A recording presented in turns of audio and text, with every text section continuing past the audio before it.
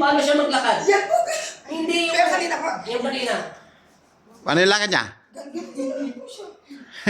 Tapos may dalawang alalay. Opo, tapos gaganon niya pa. Huwag na siya kung inaano. Gaganon po siya. Oo. Eh syempre hindi naman yan ang nanay mo. Ang nanay mo hindi tao. Nagkataon lang yan kasi mukha niya yun. Natural, di mo naman makikita yung space to. Pag sinabing spirit yun. Totoo nga yung sinasabi ng kanyang spiritual ang utak. Yung utak kasi minsan hindi kaya gayahin ng spiritual. May sarili kasi tayong puso galing kay Kristo. Yung totoo yung sinasabi niya, yung kaluluwa niya, nasa bundok pa. Yung may humawak sa'yo, Ay, hindi sinasabi mo. niya kung nandun po siya. O kaya nga, nasa bundok pa. Yung sinasabi niya nandun pa siya, Oo. nasa bundok pa. Lagi niya po sinasabi, kawawa yun. Sabi niya, Naiwan iiwan nyo, doon sa bundok, umiiyak. Ayun, nasan ba? Eh kaya nga matanong ako, hindi niyo ako napansin, nagtanong ko ng tanong. Baka naman nag-away ang tatay mo, baka na-stress siya, may babae yun. Sumagot kayo, wala. Baka naman kayo mga anak, may mga anak na kayo, o kaya may mga asawa na kayo, hingi kayo hingi ng pera, na-stress. Uy, hindi naman. Eh, subukan natin. Eh, lumalabas sa spiritual. Wala siyang kaluluwa, tinawanan niya lang ako eh. Ang tawa mo, hindi ordinaryong tawa. Kung may record kayo, bahala kayo sa buhay niyo, panoorin mo yan. Maraming sabi mo na bingi, sabi mo niya mag-data mo. Dahil dalugin mo kasi may nakakarinig dito eh. Sabi mo, iniwan natin siya, kawawa siya, yun nakatayo sa bintana. Balikan natin, bahala kayo, sabi niya.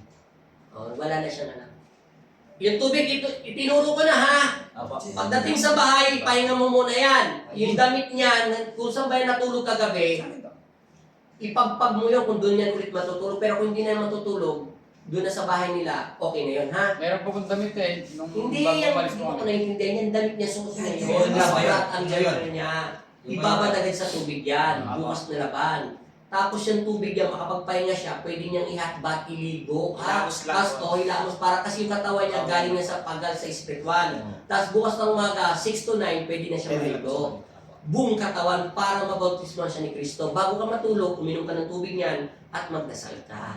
Kasi yung bisa ng tubig niyan, 1 linggo. Kasi yung katawan, pero huwag mo na siyang ipaligo susunod na araw, basta 1 beses lang. Yung siya po siya natulog gabi, doon din po yung papagpagipit. Oo, ipagpag yun. Kasi yung sakit na naiwan ng buong pa. O kaya itap, hindi ko sinabi tapon, ilagay na lang sa labahan. Sa basang tubig, tas labanan. Ha?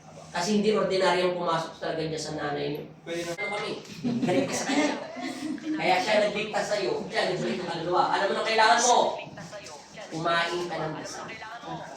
Yun ang kulang sa'yo. Yung na tinadyakan mo ako.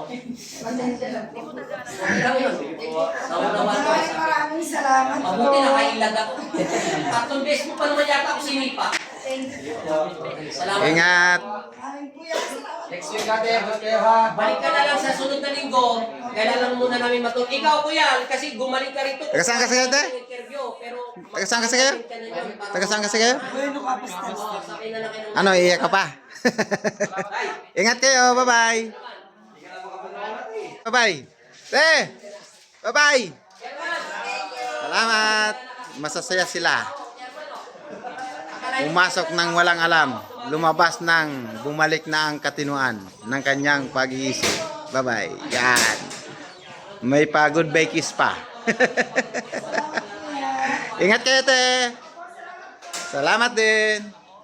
Salamat po, Ama. Ama Jesus, Amang Nazareno, Ama sa langit. Thank you so much po.